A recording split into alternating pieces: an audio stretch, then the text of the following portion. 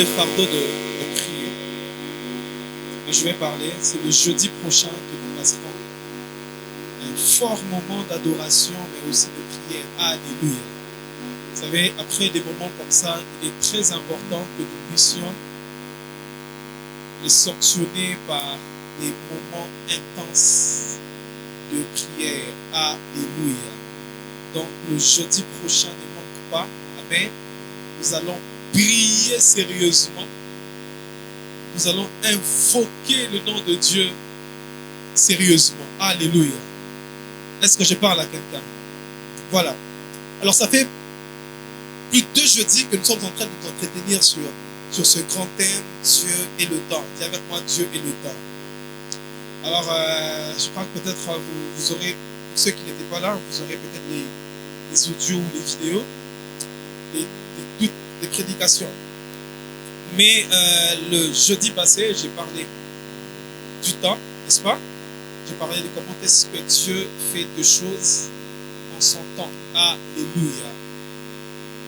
Dieu et le temps. Nous avons un Dieu qui vit à l'éternité.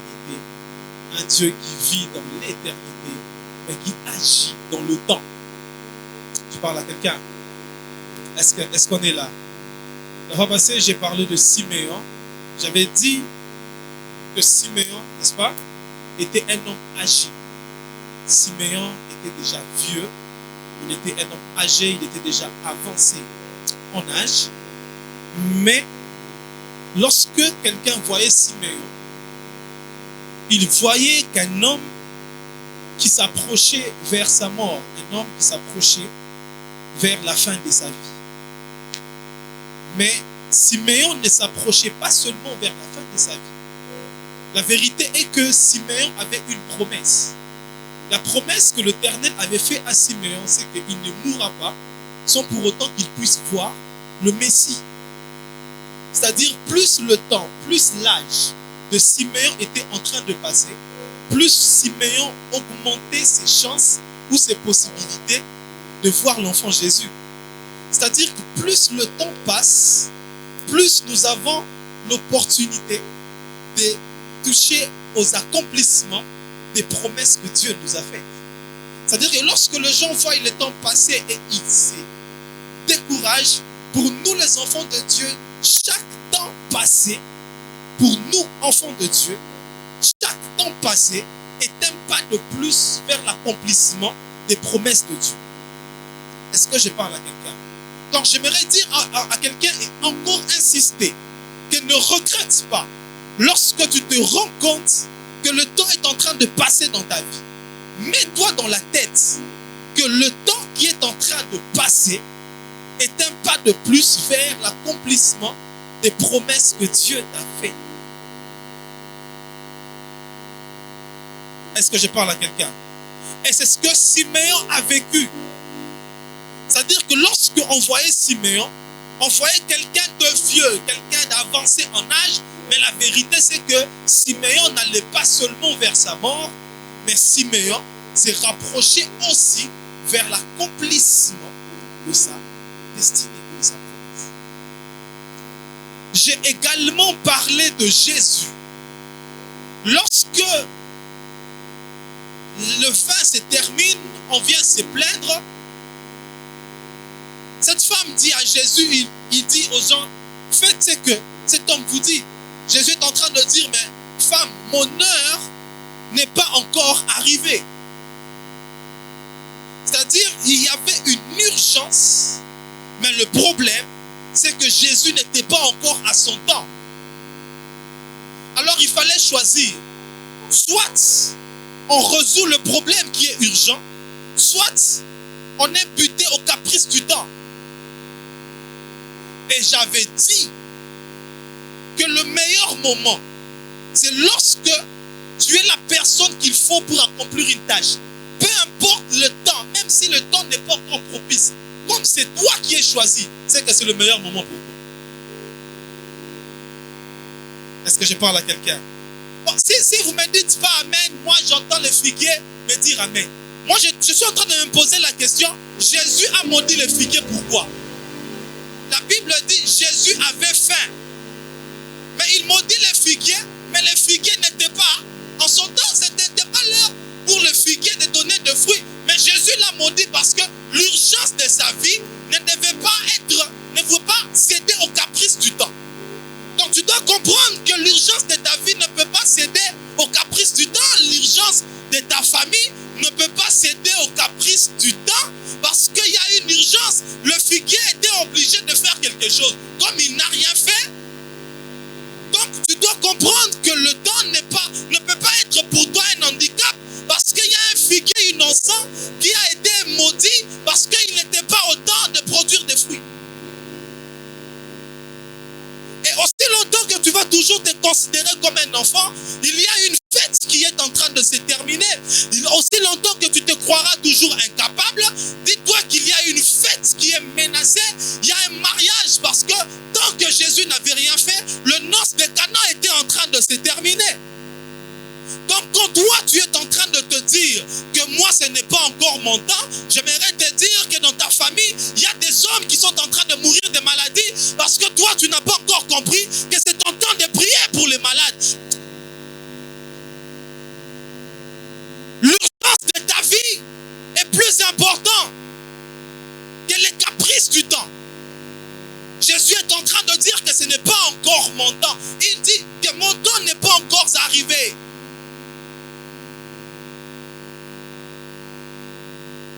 Mais il y avait une fête qui était en train de se terminer. Bien aimé, j'aimerais vous dire, il y a une fête qui est en train de se terminer dans ta famille. Tu dois agir. Non, je ne suis pas prêt. Je ne suis qu'un enfant. Non, je ne suis pas prêt. Ce n'est pas encore le temps. Non, il faut d'abord que je m'amuse un peu. J'aimerais te dire, il y a une fête qui est en train de se terminer. C'est pourquoi il est temps pour toi d'agir pour assurer la continuité de la fête. Il est temps pour toi d'agir pour assurer la continuité de la fête. Parce que si tu ne fais rien, à cause du temps, tu ne vas rien faire. Pour Jésus, c'était inconcevable que lui, il a fait un fils de Dieu. Il a fait, et le figuier donne une raison que je ne suis pas à mon temps. Si Dieu n'a pas toléré le figuier qui ne parle pas, qui ne marche pas, Jésus n'a pas toléré son problème de temps. J'aimerais te dire que toi, tu n'es pas épargné.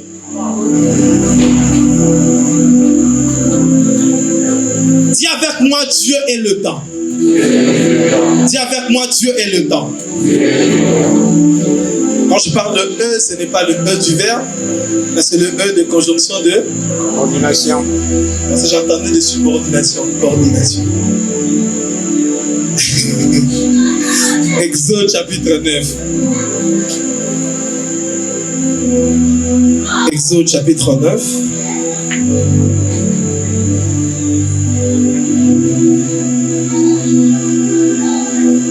Exode 9. Quelqu'un peut lire? On va lire à partir du verset 1 jusqu'au verset 5. Exode.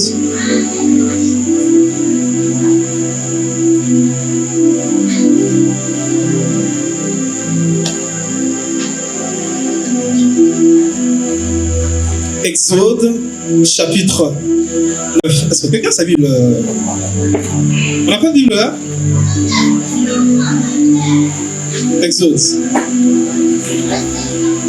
Exode 9. On va lire à partir du verset 1. Exode 9. Écoutez attentivement. Est-ce qu'on peut donner un micro s'il vous plaît? Exode chapitre 9. Allez, et si tu retires, et si tu retiens encore, voici la main de l'Éternel sera sur les troupeaux qui sont dans les champs, sur les chevaux, sur les ânes, sur les brebis. Il y aura une mortalité très grande. L'Éternel distinguera entre le troupeau d'Israël et les troupeaux des Égyptiens. Et il ne périra rien de tout ce qui est aux enfants d'Israël. L'Éternel l'Éternel fixa les temps et dit, demain l'Éternel verra cela dans le pays. 6. Et l'Éternel fit ainsi que le lendemain, tous les troupes des Égyptiens périrent, et il ne périt pas une bête de troupeau des enfants d'Israël. Amen. Amen. Ecclésiaste chapitre 3. Ecclésiaste chapitre 3. On va lire à partir du verset 1 au verset 4.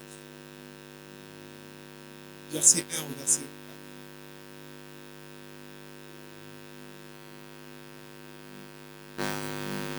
Il y a un temps pour tout, un temps pour toutes choses sous les cieux, un temps pour naître, un temps pour mourir, un temps pour planter, un temps pour arracher ce qui a été planté, un temps pour tuer, un temps pour guérir, un temps pour abattre, un temps pour bâtir, un temps pour pleurer, un temps pour rire, un temps pour lamenter, un temps pour danser. C'est bon? Josué chapitre 5. En ces jours-là, l'Éternel dit à Moïse, fais-toi des couteaux. Josué 5, 2. En ces temps-là, Jésus dit à Josué, fais-toi des couteaux de pierre et circoncis de nouveau les enfants d'Israël. Une seconde fois, Josué fit les couteaux de pierre et il circoncit Israël sur la colline d'Aralot. Voici la raison pour laquelle Josué les circoncis. Tous les peuples sortis d'Égypte, les mâles, tous les hommes de guerre étaient morts dans le désert pendant la route vers la sortie d'Égypte. Tous ces peuples sortis d'Égypte étaient circoncis, mais tous les peuples nés dans le désert pendant la route, après la sortie d'Égypte, n'avaient point été circoncis, car les enfants d'Israël avaient marché 40 ans dans le désert jusqu'à la destruction de toutes les nations, de toute la nation des hommes de guerre qui étaient sortis d'Égypte, qui n'avaient point écouté la voix de l'Éternel. L'Éternel leur jura de ne pas leur faire voir le pays qu'il avait juré à leur père de nous donner, le pays où coule le lait et le miel. Ce sont leurs enfants qui établit à leur place les Josué les circoncis, car ils étaient incirconcis, parce qu'on ne les avait point circoncis pendant la route. Dis avec moi, pendant la route. Ecclésiaste est en train de nous dire qu'il y a un temps pour tout. Il y a un temps pour mourir, il y a un temps pour naître. Il y a un temps pour planter, il y a un temps pour récolter. Il y a un temps pour avoir, il y a un temps pour perdre. Il y a un temps pour tout. Mais ce qui est bien en matière du temps, c'est que lorsque c'est le temps de quelque chose, il n'y a pas de prolongation lorsque le temps est fixé. Est-ce que je parle à quelqu'un?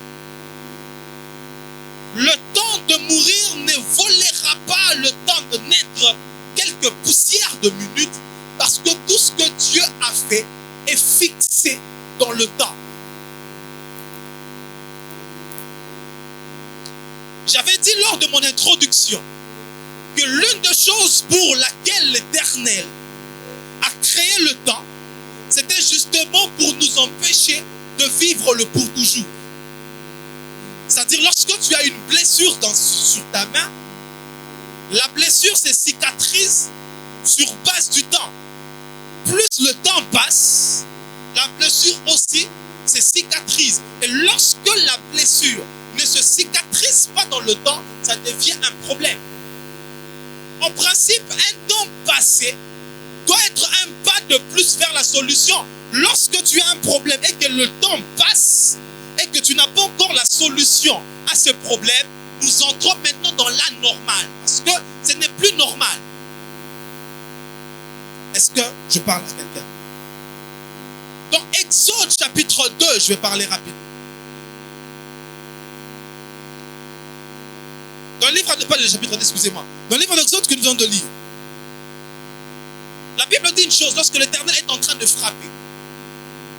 L'Éternel parle à Moïse, il dit, présente-toi chez Pharaon. Voici ce que je veux faire. Je veux frapper tous les troupeaux.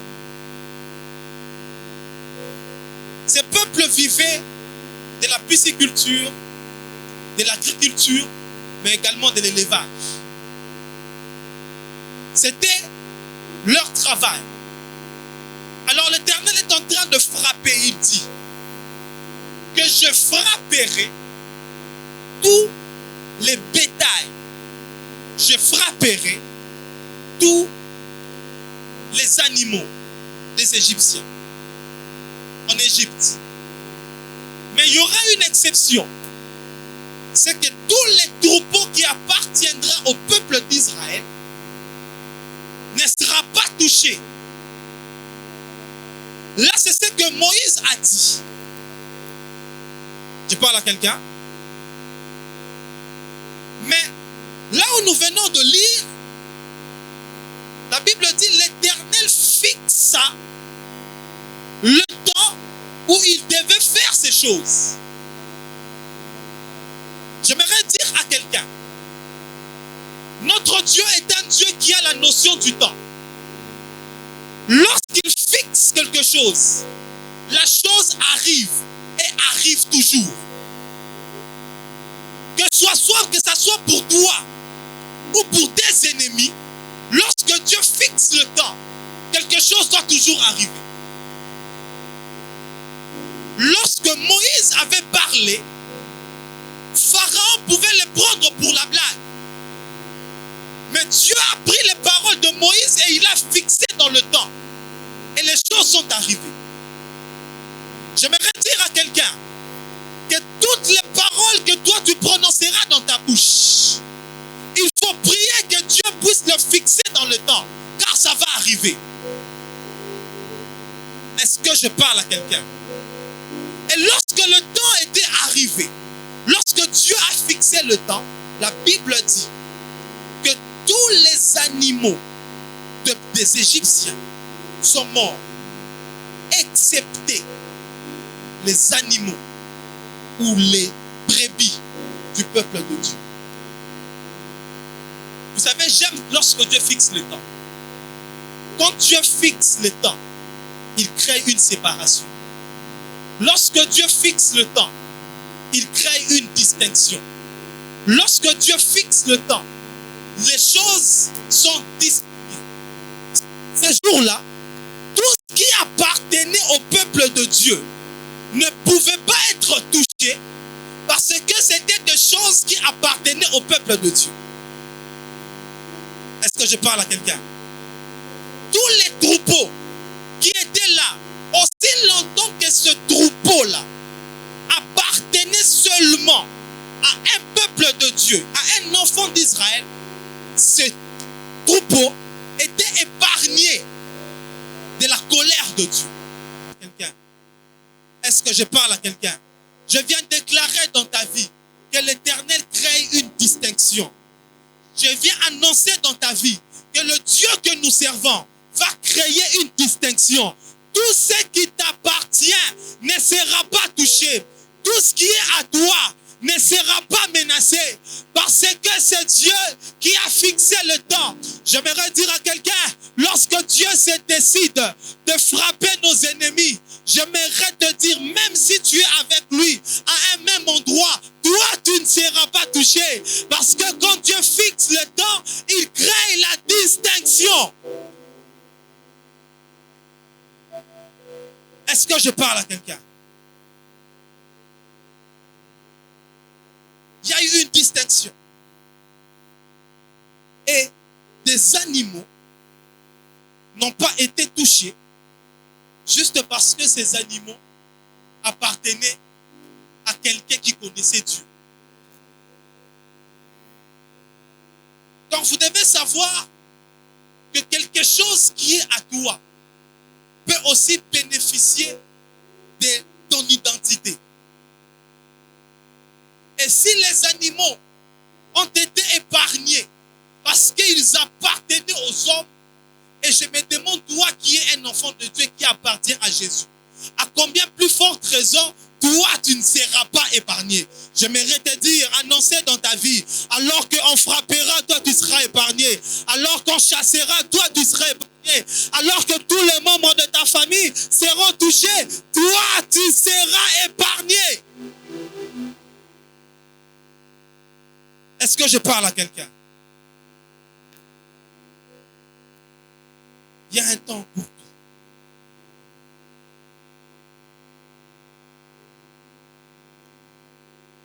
Le peuple de Dieu, dans Exode, ils arrivent quelque part. La Bible dit,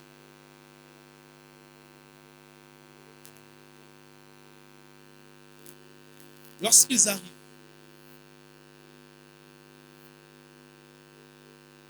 quelque chose s'est passé. La Bible dit que Josué s'est mis à circoncire tous les mâles, c'est-à-dire à couper les prépuces. Je parle à quelqu'un? Que voici la raison pour laquelle on a dû leur circoncire. C'est que tous les hommes qui étaient en âge de guerre, pendant ces 40 ans dans le désert, ces hommes sont morts à cause de leur désobéissance. Et quand ils sont morts, ce sont les enfants qui sont restés. Par là, j'aimerais ouvrir une parenthèse que je vais fermer rapidement. Ces enfants-là, ce n'est pas eux qui avaient eu la promesse, non. Les personnes à qui Dieu avait promis, c'était leur père. Mais leur père, parce qu'ils avaient désobéi, l'Éternel les a frappés et l'Éternel a permis que leurs enfants vivent les choses que Dieu avait promis à leur père. Donc, comme pour dire qu'il n'y a pas que des malédictions générationnelles, mais il y a aussi des bénédictions générationnelles.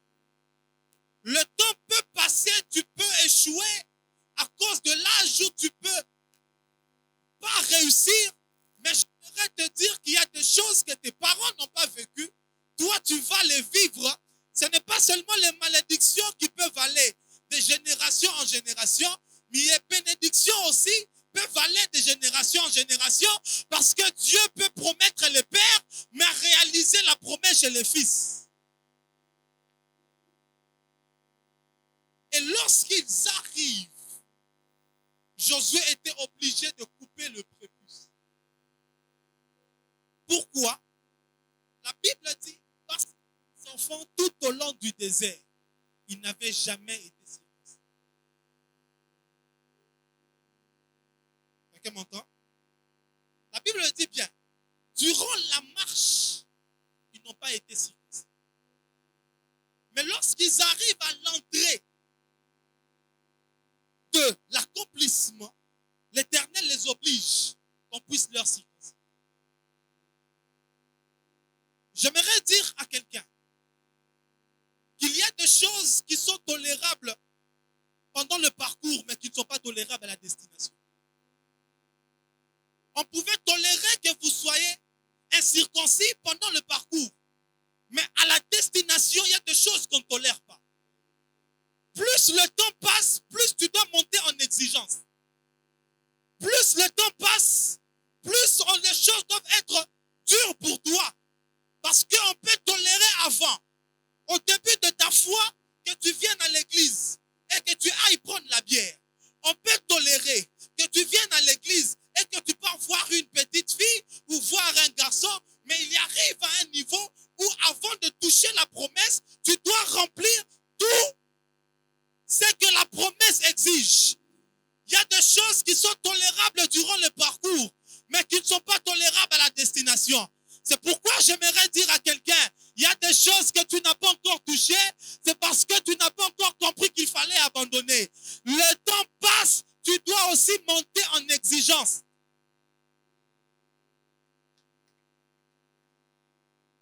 Est-ce que je parle à quelqu'un? Lorsqu'ils arrivent à la porte, à l'entrée de l'accomplissement, l'Éternel les a obligés. Il a dit, pendant les 40 ans, j'ai permis que vous soyez comme ça. Mais à l'arrivée, je ne permettrai pas. Il y a toujours un temps où Dieu tolère, mais il arrive un temps où Dieu ne tolère plus.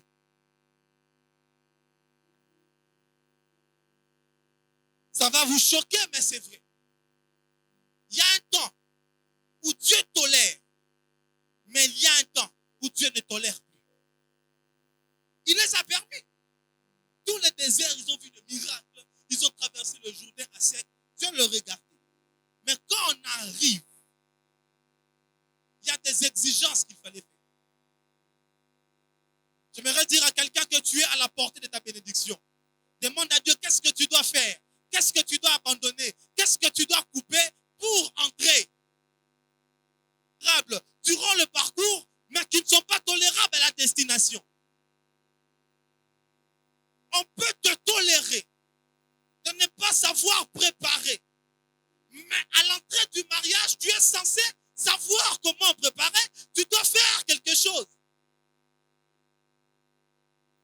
On peut te tolérer en primaire, en maternelle, n'est pas bien parler français, mais lorsque tu es à la porte de ton emploi, tu es censé bien écrire, tu es censé bien parler, tu es censé bien calculer, parce que c'est les exigences de la délivrance. Que vous le vouliez ou pas, il y a des choses que tu n'auras pas si tu n'as pas abandonné d'autres. Il y a des choses que tu ne vas jamais posséder parce qu'il y a des choses qui sont tolérables durant le parcours, mais qui ne sont pas tolérables à la destination. Le temps est passé, l'Éternel a toléré, mais lorsque c'était le temps d'entrer, Dieu a dit stop.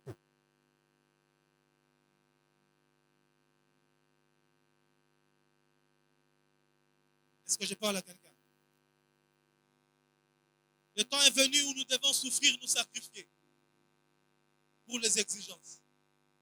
C'est pourquoi j'aimerais dire à quelqu'un, vous savez, lorsqu'on a coupé les prépuces, vous savez, ce n'était pas des enfants, hein, ce n'était pas des enfants, ce n'était pas des bébés, vous le savez, ce n'était pas des enfants, ce n'était pas des bébés, c'était des hommes âgés, c'est-à-dire la douleur qu'ils devaient ressentir rapidement dans leur enfance, ils ont dû la ressentir maintenant, mais parce qu'ils devaient entrer. J'aimerais dire à quelqu'un qu'il n'est pas encore trop tard. Si au moment passé, tu n'avais pas pu le faire, fais-le même avec difficulté, fais-le quand même parce que tu dois entrer. Ça peut arriver où tu n'as pas eu la chance de faire des bonnes études. Il n'est pas encore trop tard. Entre dans un centre, apprends le français, apprends l'anglais, apprends l'informatique. Bien que ça va faire mal, mais ce sont les exigences de l'entrée. Il y a des choses que Dieu, pendant un temps, il va tolérer. Mais il y a des choses que avant de le posséder, tu dois te sacrifier. Ce soir, il y a des choses que tu dois abandonner, que tu dois faire. Des choses pour lesquelles tu dois te décider d'agir parce que tu es à la porte. Tu es à la porte de ton mariage. Il y a un caractère que tu dois laisser. Tu es à la porte de ta délivrance. Il y a des choses que tu dois laisser. Tu es à la porte de ton travail. Il y a un français que tu dois maîtriser. Tu es à la porte. Il y a des choses que tu dois faire. C'est vrai que c'est difficile. Moi, je parle beaucoup, mais je suis à la porte. Je dois me taire. C'est difficile, mais je dois me taire.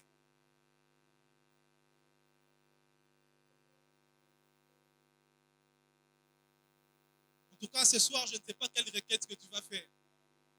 Mais tu vas dire à Dieu, dis-moi ce que je dois faire avant d'entrer. Il y a des choses que tu as tolérées chez toi.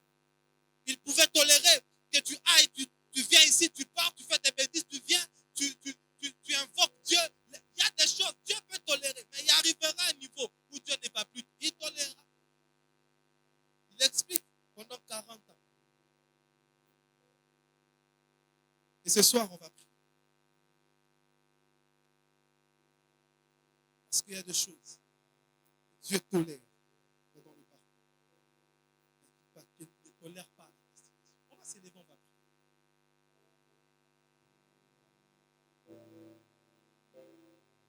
Beaucoup d'entre nous sommes à l'entrée de l'accomplissement de beaucoup de choses.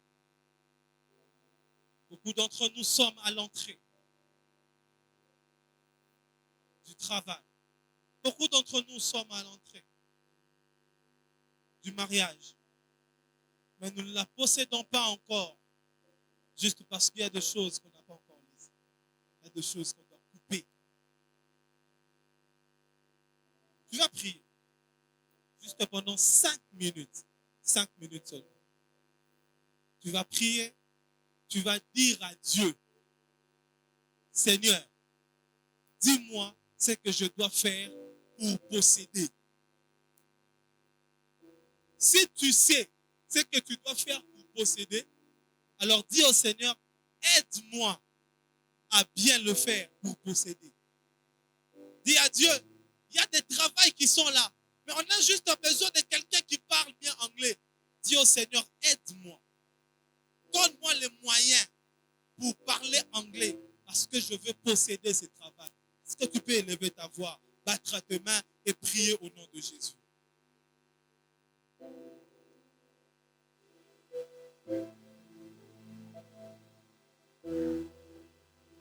J'aimerais entendre quelqu'un prier.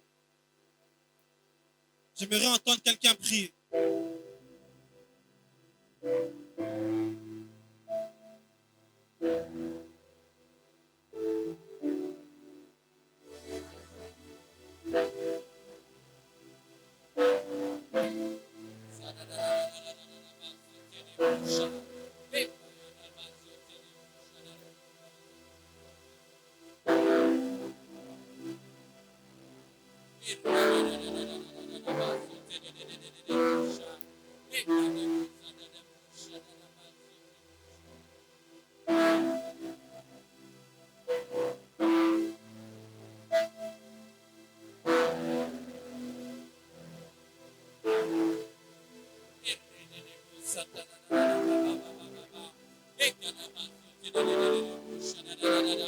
Est-ce que tu peux prier? Est-ce que tu peux prier? Élève ta voix et prie. Est-ce que tu peux prier? Oui. Ce soir, c'est un problème de ce que je dois faire pour entrer. Quel acte dois-je poser pour posséder?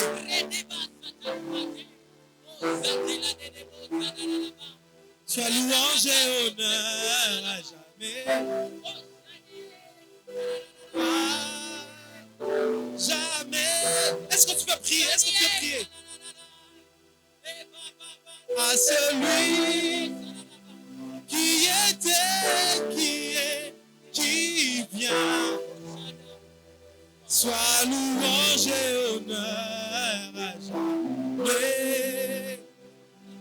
À jamais.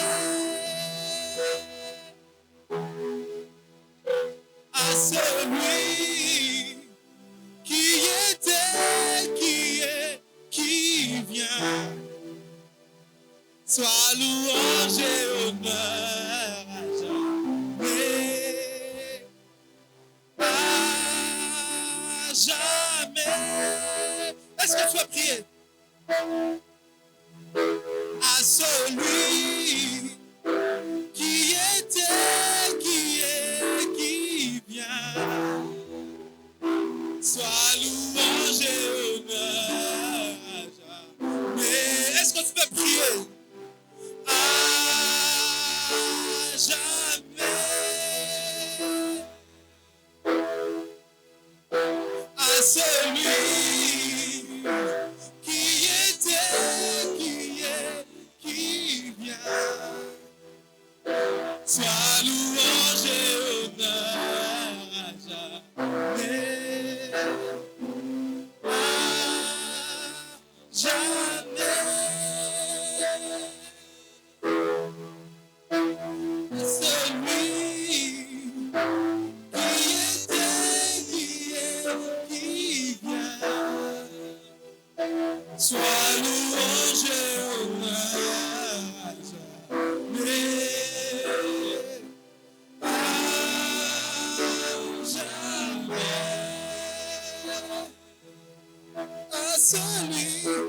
À celui qui était, qui est, qui vient. Sois louange et honneur à jamais. À jamais.